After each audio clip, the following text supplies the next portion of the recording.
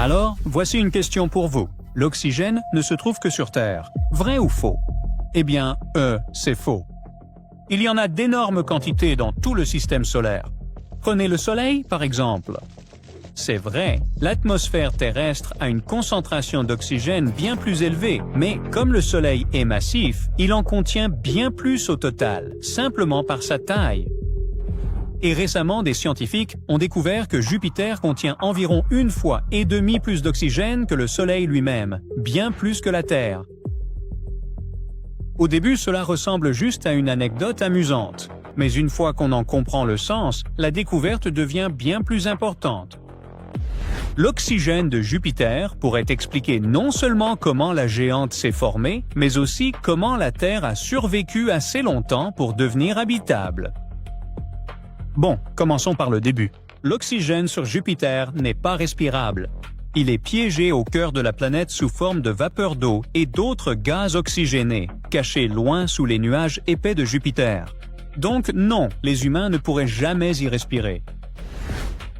Mais cette découverte a peut-être révélé quelque chose d'encore plus crucial. Jupiter ne s'est probablement pas formée là où elle se trouve aujourd'hui. Pendant des décennies, les chercheurs pensaient avoir une bonne compréhension de la formation de Jupiter, mais des découvertes récentes suggèrent que la planète est née bien plus loin du Soleil, dans une région glaciale riche en glace oxygénée avant de migrer vers l'intérieur. En d'autres termes, Jupiter s'est déplacé à travers le système solaire. Depuis près de 30 ans, les scientifiques peinent à répondre à une question simple. Quelle quantité d'oxygène contient réellement Jupiter? La mission Juno de la NASA ne peut étudier qu'une partie de l'atmosphère, tandis que les couches profondes restent cachées sous une pression écrasante. Les recherches menées précédemment donnaient des résultats contradictoires car les chercheurs séparaient bien trop fréquemment la chimie de Jupiter de ses mouvements atmosphériques. Cette nouvelle étude vient de changer radicalement la donne. Des chercheurs ont créé la simulation atmosphérique de Jupiter la plus sophistiquée à ce jour, combinant la chimie, les nuages et la dynamique en un seul modèle global.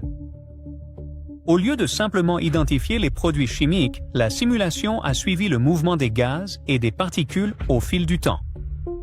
Ce détail a tout changé. Les simulations ont révélé que l'atmosphère profonde de Jupiter se déplace bien plus lentement que ce que l'on pensait auparavant. Les anciens modèles scientifiques prévoyaient une circulation atmosphérique en quelques heures, mais les conclusions de cette nouvelle étude suggèrent plutôt des semaines, ce qui influence les tempêtes et la chaleur interne planétaire. Dès que les chercheurs ont intégré cette circulation plus lente, les taux d'oxygène de Jupiter sont enfin devenus cohérents. Et ces niveaux d'oxygène racontent une histoire bien plus vaste sur l'origine de Jupiter. La planète s'est peut-être formée au-delà de la ligne de glace du système solaire, cette région lointaine où il faisait assez froid pour que l'eau gèle. Dans cet environnement gelé, Jupiter a absorbé d'énormes quantités de matériaux glacés riches en oxygène pendant sa croissance. Puis la gravité a remodelé le système solaire. Avec le temps, Jupiter s'est probablement rapproché du Soleil, perturbant les ceintures d'astéroïdes, déviant des comètes et influençant la formation de plus petites planètes. Certains scientifiques pensent que ce mouvement a pu aider à créer les conditions qui ont finalement permis à la Terre de devenir habitable. Imaginez un tigre. Les tigres sont connus pour ces belles rayures qu'ils conservent toujours. Cependant, imaginez si les rayures du tigre pouvaient changer de taille, de position et de couleur de temps en temps. Magique, n'est-ce pas? Eh bien, c'est exactement ce qui se passe avec un titan de notre système solaire, Jupiter. Pourquoi et comment? Eh bien, les astronomes pourraient bien avoir la réponse. Alors voyons voir. Jupiter est une planète immense et fascinante. Lorsque vous regardez sa photo de loin, c'est comme voir un magnifique lever de soleil. Ici, nous avons toute une palette, des jaunes pâles crémeux au brun caramel, avec même quelques nuances de bleu. Jupiter est un astre époustouflant, composé principalement d'hydrogène et d'hélium, tout comme notre Soleil. Cependant, elle n'a pas rassemblé assez de matière lors de sa formation pour devenir une étoile. Au lieu de cela, elle est devenue une boule colossale de gaz qui pourrait contenir plus de 1300 terres à l'intérieur.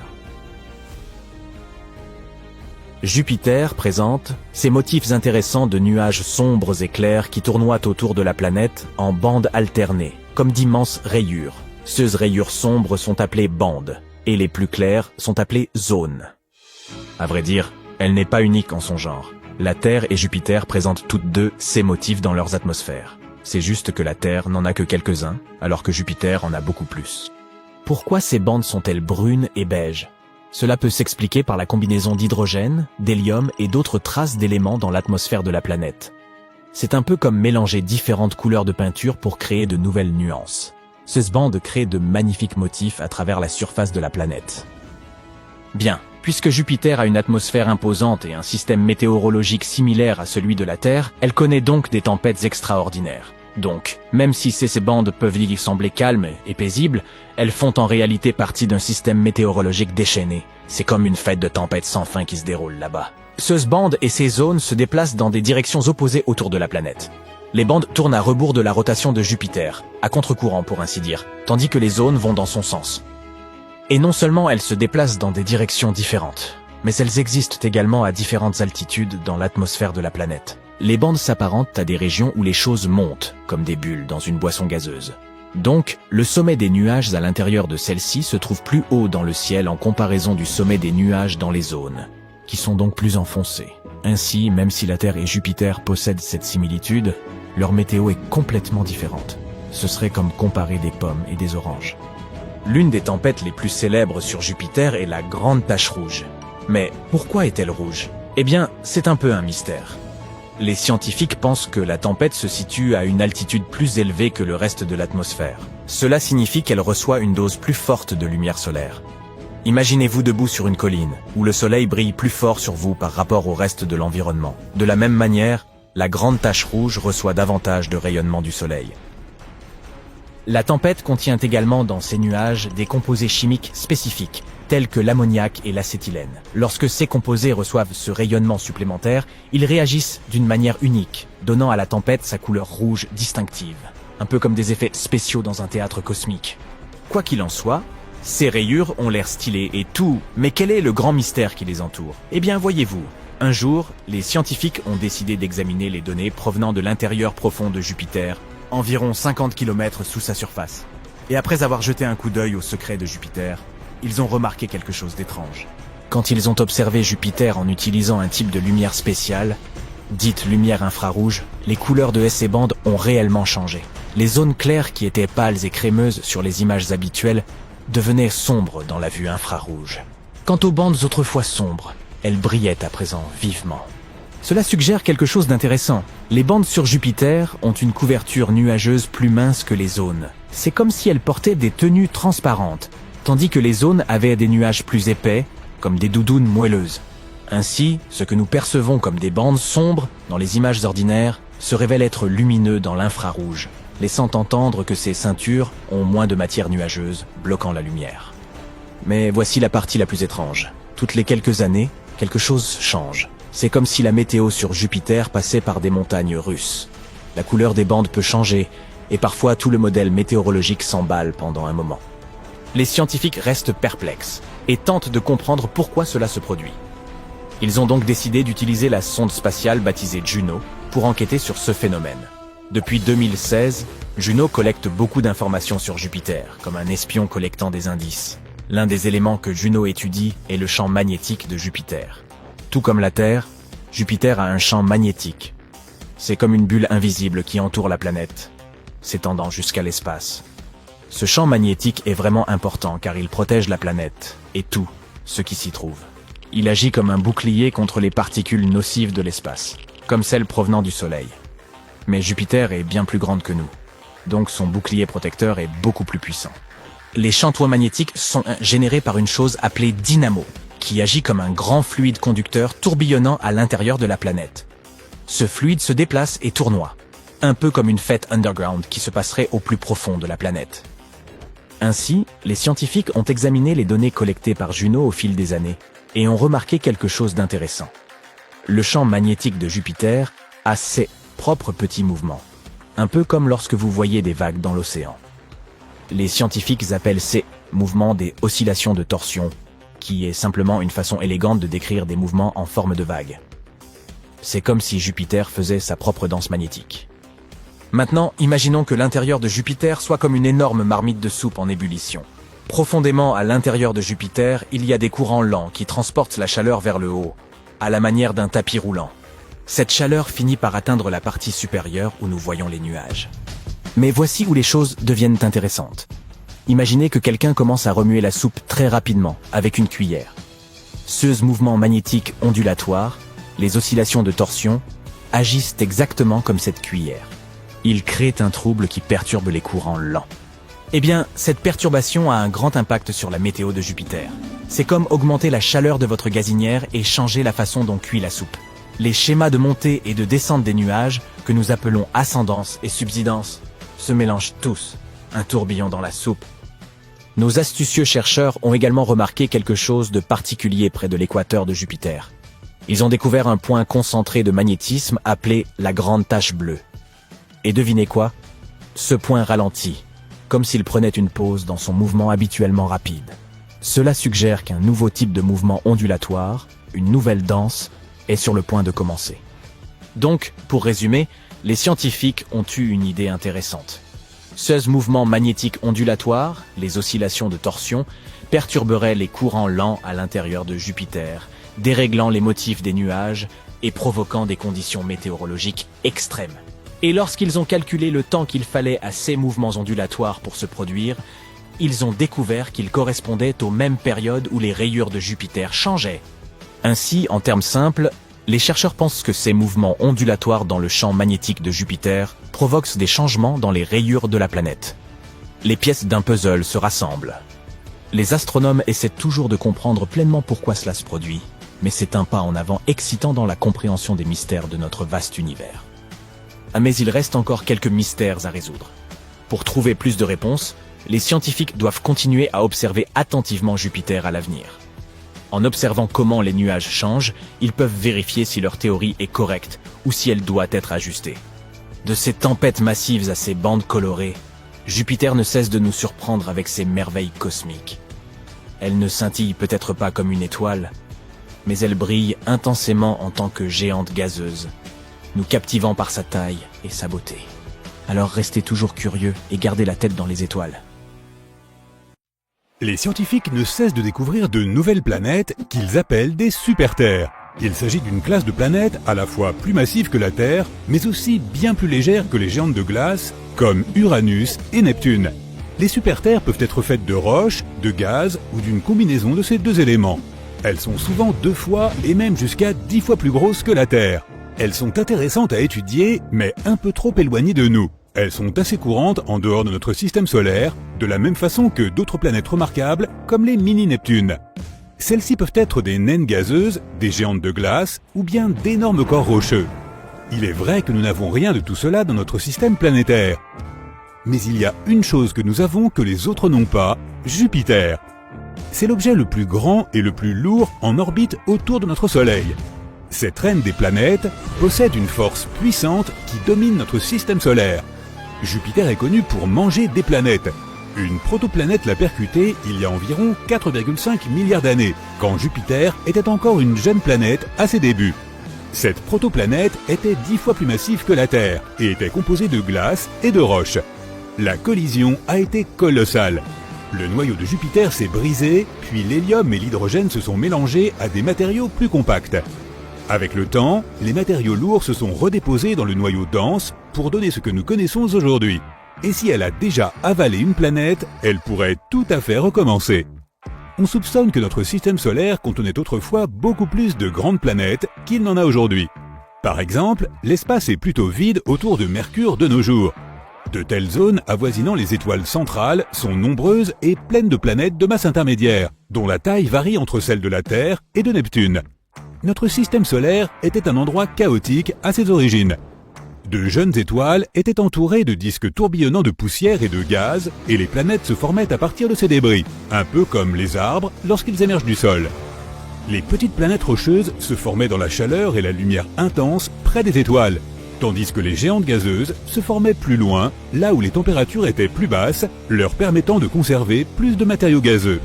Et même si les planètes de notre système solaire semblent assez stables et paisibles aujourd'hui, si l'on se réfère à leur orbite, elles n'étaient pas aussi calmes auparavant. Certaines planètes n'orbitaient pas en mouvement circulaire, elles avaient des trajectoires oblongues, plus excentriques. Elles se rapprochaient d'abord de leur étoile, puis s'en éloignaient.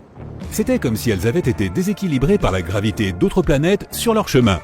Il existe une théorie appelée Grand Tac qui tente d'expliquer ce qui a pu se passer pendant les premiers millions d'années de formation de notre système solaire. À un moment donné, Jupiter, l'une des protagonistes clés, a peut-être été attirée plus près par notre étoile centrale. Après cela, elle est repartie en emportant avec elle un énorme nuage de débris. Cela a pu ressembler à un voilier virant de bord autour d'une bouée, perturbant d'une certaine façon les planètes en train de se former aux alentours. Après la formation complète de Saturne, nos proches voisins du système solaire se sont quelque peu éparpillés. Mais si l'hypothèse du Grand Tac est avérée, Jupiter s'est mis à capturer tout ce qui se trouvait sur son chemin, et ces migrations ont provoqué davantage de collisions dans les parages. Cela expliquerait pourquoi certains astres se sont pulvérisés et dévorés mutuellement. Jupiter a peut-être fourni une partie de l'eau qui compose aujourd'hui nos océans.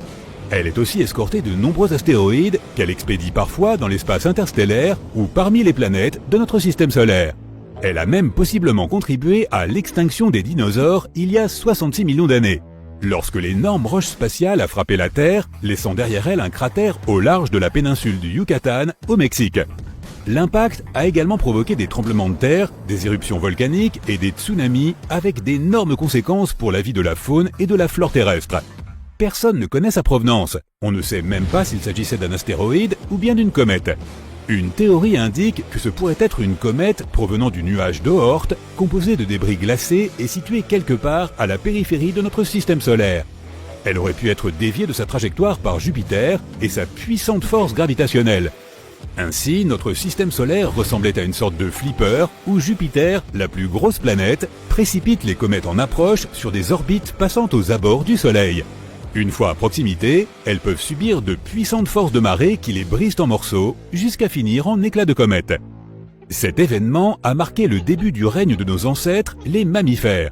Cela signifie que sans Jupiter, nous ne serions peut-être pas là, et la Terre non plus. Il semblerait donc que la plus grosse planète du système solaire soit arrivée en force, détruisant des planètes plus anciennes et ouvrant la voie à des mondes plus petits comme le nôtre.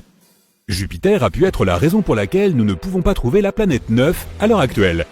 Les scientifiques estiment qu'elle existe et qu'elle pourrait se cacher quelque part au-delà de Neptune, mais pas plus loin que Pluton.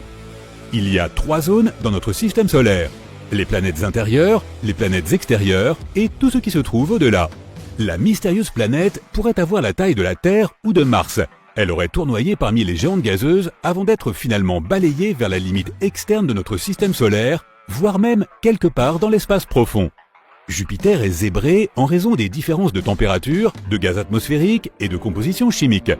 Les scientifiques pensaient auparavant que la source de ces différences de couleurs était le redoutable vent atmosphérique et les matières circulant entre les couches de l'atmosphère. On sait maintenant que les bandes de couleur claire, appelées aussi zones, indiquent l'endroit où le gaz s'élève.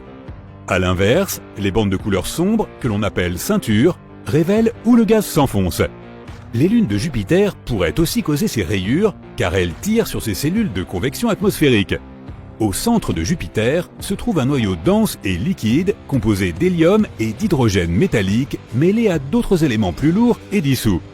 En s'éloignant de son centre, la température et la pression à l'intérieur de la planète diminuent. Ainsi, l'intérieur liquide laisse place au gaz de l'atmosphère, à nouveau principalement de l'hélium et de l'hydrogène. Personne ne sait à quelle profondeur se trouve cette frontière liquide-gazeuse, mais la planète est probablement entièrement liquide à quelques milliers de kilomètres sous ses sommets de nuages. Jupiter serait encore plus grande que d'autres géantes comme Saturne si l'on pouvait lui retirer ses gaz. On qualifie parfois Jupiter d'étoile ratée, alors que ce n'est pas tout à fait ça.